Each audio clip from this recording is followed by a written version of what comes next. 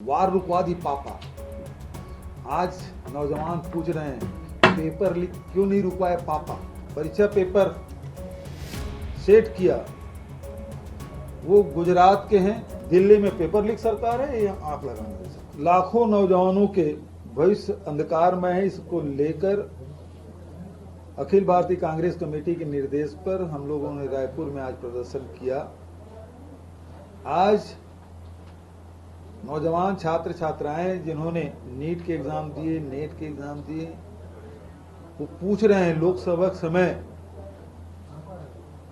एक विज्ञापन भारतीय जनता पार्टी की तरफ से आया था जिसमें रूस और यूक्रेन, हमास और इजराइल की युद्ध रुकवाने की बात कही गई थी।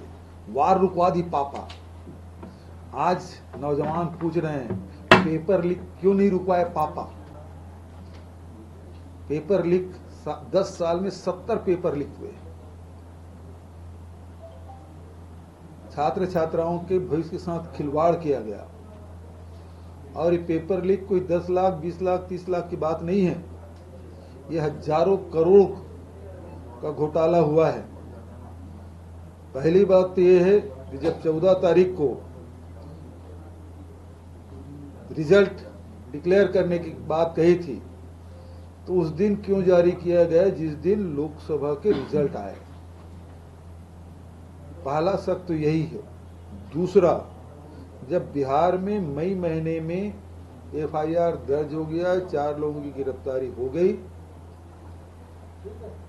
तब केंद्रीय शिक्षा मंत्री प्रधान जी का ये कहना कि कोई पेपर लीक नहीं हुआ।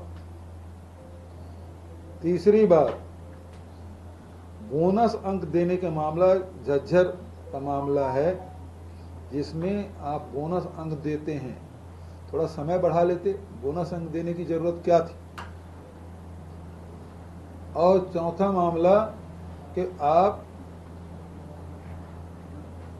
परीक्षा केंद्र बदलते हैं, अब पूरी ताकत लगा देते हैं परीक्षा केंद्र, स्कूल कॉलेज जिनके हैं वो परीक्षा केंद्र बदलवाने के लिए लगे रहते हैं।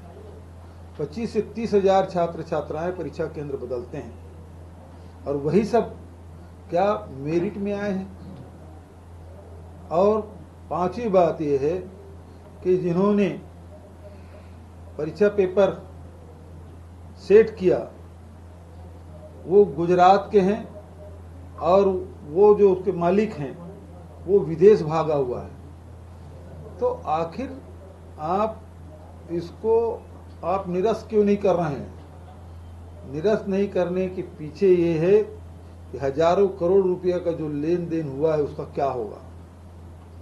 दूसरी बात ये है कि आज पूरे जो शिक्षा व्यवस्था है उस व्यवस्था को दीमक अंदर से पूरा घून की तरह चाट चुका है। इस सड़े गड़े व्यवस्था में सुधार कब होगी। और उसके लिए सुधार के लिए आपने नेट लाया था, नेशनल टेस्टिंग एजेंसी,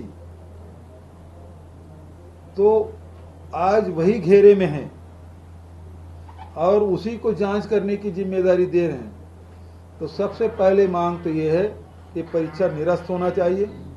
दूसरा कि नेट के जो अध्यक्ष हैं उसे एनटीए, नेशनल टेस्टिंग एजेंसी, तो जो एनटीए है उसके चेयरमैन को हटाया जाना चाहिए। तीसरा, शिक्षा मंत्री जो गोलमोल घुमा रहे हैं और तथ्यों को छुपाने की कोशिश कर रहे हैं उसे बर्खास्त किया जाना चाहिए और सुप्रीम कोर्ट के देखरेख में इसकी जांच होनी चाहिए। क्योंकि ये भी सुनने में आ रहा है जो अधिकारी बिहार में जांच कर रहे हैं उसे दिल्ली तलब किया गया है। ठीक है, ये इसी प्रकार से विकसित करेंगे। जो अयोग्य लोग हैं, जो पैसे के बल में डॉक्टर बनना चाहते हैं, तो क्या ऐसी विकसित भारत होगा।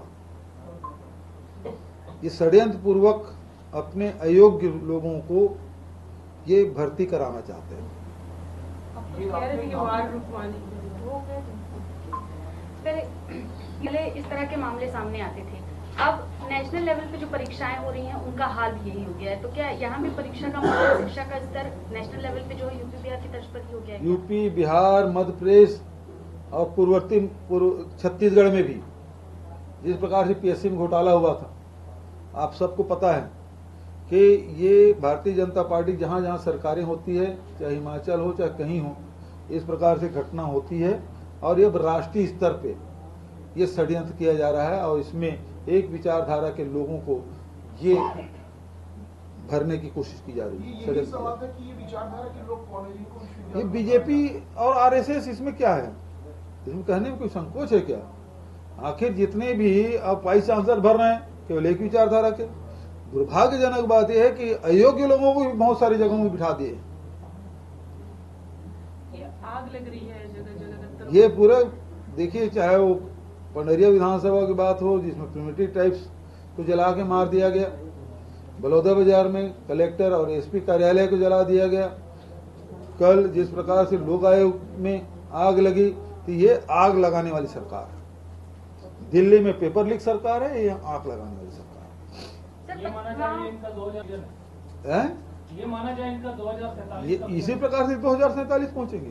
2047 तो आएगा ही, लेकिन आपकी तैयारी किस प्रकार से है? कैसी प्रकार से जाएंगे 2047 में? Thank you. ये शिक्षा सचिवालय है, शिक्षा मंत्री नहीं है प्रदेश में। वो तय ही नहीं कर पा रहे हैं, खाली पद है उसको भी भर नहीं पा रहे हैं। और शिक्षा मंत्री इस्तीफा नहीं, 6 महीने रह सकता हूं कह रहे हैं, फिर उसके बाद उसको इस्तीफा ले लिया जाता है, फिर नई नियुक्ति नहीं हो रही है। और शिक्षा सत्र है सबसे महत्वपूर्ण, तो राष्ट्रीय स्तर पे भी युवाओं के भविष्य अंधकारमय कर रहे हैं और यहाँ भी वही हाल है। शाला प्रवेश उत्सव को लेकर आप कह रहे थे, शाला प्रवेश उत्सव को लेकर जो तारीख बढ़ाई गई उसमें बड़ी संख्या में ऐसे स्कूल है जहाँ पर शिक्षक भी नहीं है।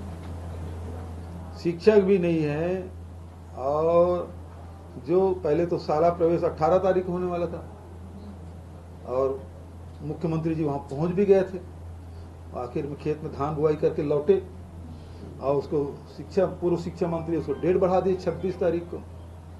अब उसके पहले उसको हटा दिया गया। योग दिवस में सांसद जी का नाम भी नहीं है। ये जो लड़ाई जो दिखाई दे रहा है वो स्पष्ट है, इनके बीच में ठीक ठाक कुछ भी नहीं है।